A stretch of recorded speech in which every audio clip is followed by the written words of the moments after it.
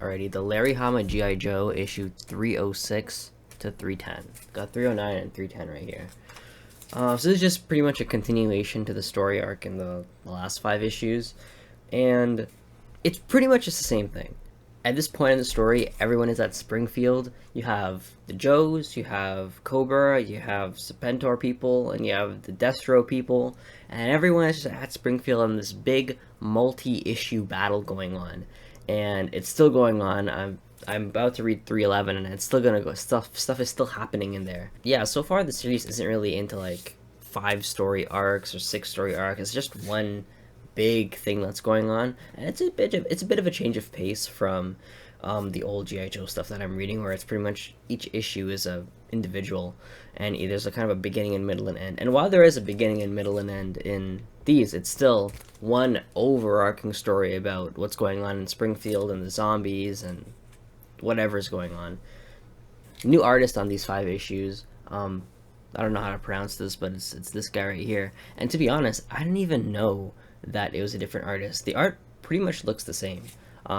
For better or for worse, it looks the same. It still has that very, very digital, very, very Photoshoppy filter effect, and maybe that's why I couldn't even tell it was a different artist, because it just, like, so many effects are thrown onto it where it's like, I can't even tell. It doesn't look bad, it looks fine. You're really getting your money's worth with these issues, because so much stuff goes on, and there's always something going on. There's never a dull moment, so I never felt like I'm bored, but also that's a negative to that, because, like, there's just too much things to keep track of. There's literally like 4 or 5 factions that are in this book, and every 2 pages it jumps from one faction to another faction to another faction, and there's so much stuff to keep track of, and if I'm not reading each issue back to back to back, I'm gonna forget so much things. There's a period in time where I went a week without reading issue 9 to 10, and I forgot like everything.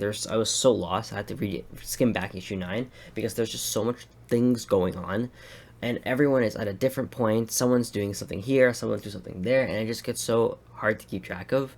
So that is something where I hope that this whole Battle of Springfield closes up soon, and we start focusing on specific factions more, instead of kind of, they're pretty much like giving 3 pages for each faction each book, and I just hope that they kind of, condense it down more a bit, where we get to spend more time with a certain group of people, and maybe another issue we spend time with another group of people.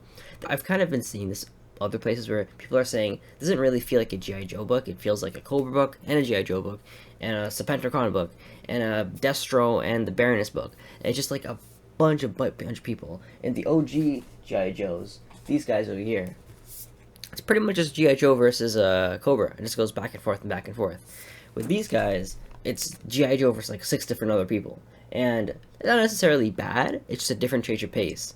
And, it's just a lot to keep track of. I guess within 300 issues, you gotta change it up a bit. But it's just a lot. It really is a lot. Overall, perfectly fine read. I'm enjoying myself. I have 3 issues to catch up on, then I'll be fully up to date with the series. And I'm excited to do it. Good stuff.